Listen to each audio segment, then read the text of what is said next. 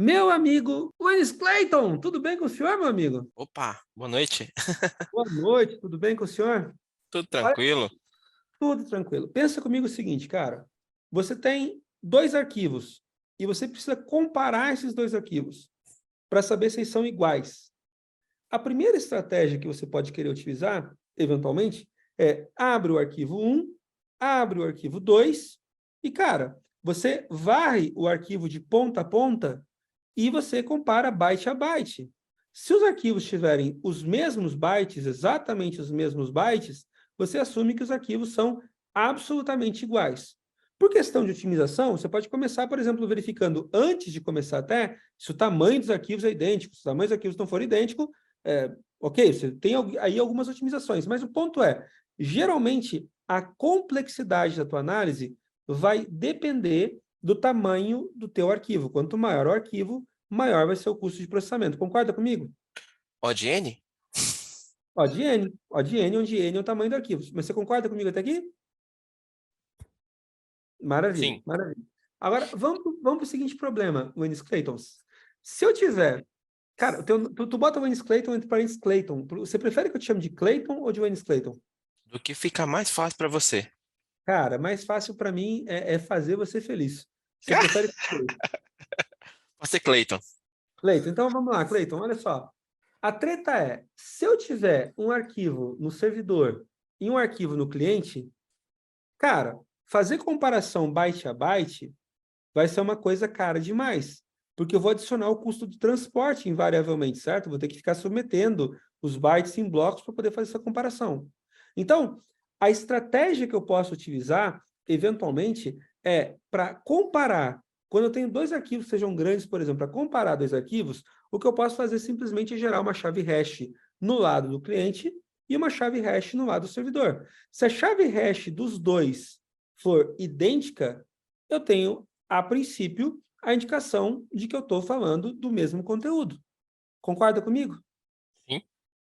Pois é, essa é a essência básica para você fazer a comparação entre dois arquivos grandes. No lugar de você fazer a comparação entre os arquivos, você gera a hash de um lado, você gera a hash do outro, e você compara as duas hashes. Se as duas hashes forem a mesma, você está falando do mesmo arquivo. E Esse é agora, o... e Diga. agora fez todo sentido o Git usar. Só que eu tenho um problema, Wenis, olha só. O Git vai um pouco mais longe.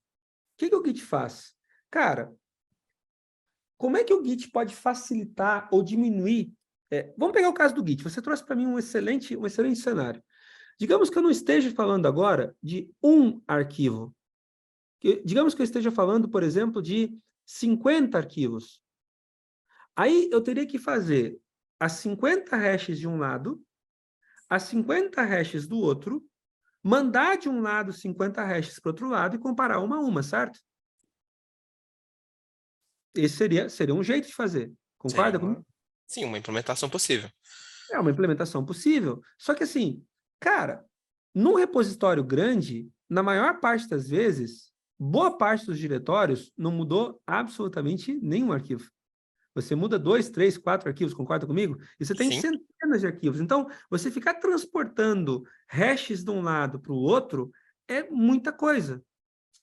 Então, o que acontece? Mesma coisa no caso do arquivo grande aqui, tá? Vamos assumir que você quisesse saber, por exemplo, qual parte do arquivo está diferente. Cara, se eu for pegar o arquivo inteiro e fazer uma computação de uma hash só, a princípio, isso vai gerar um problema para mim. Então, qual a estratégia que eu acabo seguindo aqui, tá? A estratégia que eu acabo seguindo aqui, para poder perceber a diferença, é eu separar um arquivo em chunks. Aliás, para quem quiser se familiarizar com expressões de... Quando você está falando em arquivos grandes, a separação do arquivo, você pega as partes do arquivo que você separa, você diz que tem aqui um chunk. Então, o que E é você faz? isso que o povo faz streama, não é? Você começa a separar blocos, mas o chunk o que é um chunk? Um chunk é um pedaço, entende? Então, pensa comigo o seguinte, meu amigo Wênis Clayton, se eu separar um arquivo grande em duas partes, a parte menor e a parte maior, ou a primeira parte, a primeira metade e a segunda metade, eu vou ter duas chave hashes. E se eu Sim. pegar e gerar uma hash dessas chave hashes, eu vou ter uma terceira chave hash, que é a chave hash raiz, que está comparando os dois. Entendeu até aqui? Sim. Então, o que acaba acontecendo? Se por acaso eu receber a chave hash grandona, a chave hash principal, e eu presumir que essa chave hash ela é diferente, eu sei que o arquivo é diferente. Mas para eu saber se o que mudou foi a primeira metade ou foi a segunda metade, tudo que eu tenho que fazer é comparar as duas chave hashes filhas. E aí eu vou saber se a primeira chave hash está igual e a segunda chave hash está diferente, consequentemente, eu vou saber que a mudança aconteceu na segunda parte e não no início. Tá claro? Sim. Cara, parabéns, você entendeu o MerkleTrees.